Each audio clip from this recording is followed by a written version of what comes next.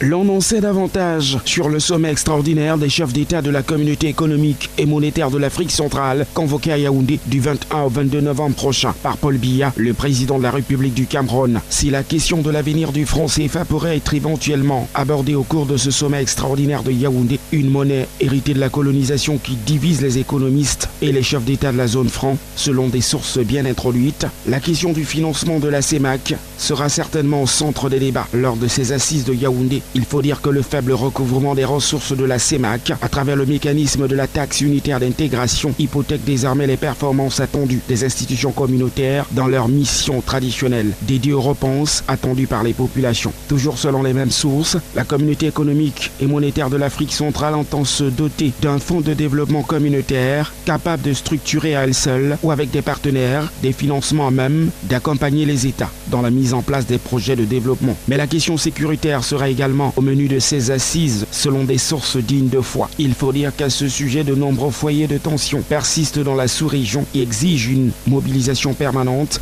de l'ensemble de la communauté. Il s'agira donc de poursuivre sans relâche la bataille contre le terrorisme dans le bassin du lac Tchad. Enfin, les chefs d'État et de gouvernement de la CEMAC vont parler de libre circulation des personnes dans l'espace communautaire, sans oublier les efforts de relance de la croissance et de la diversification de l'économie.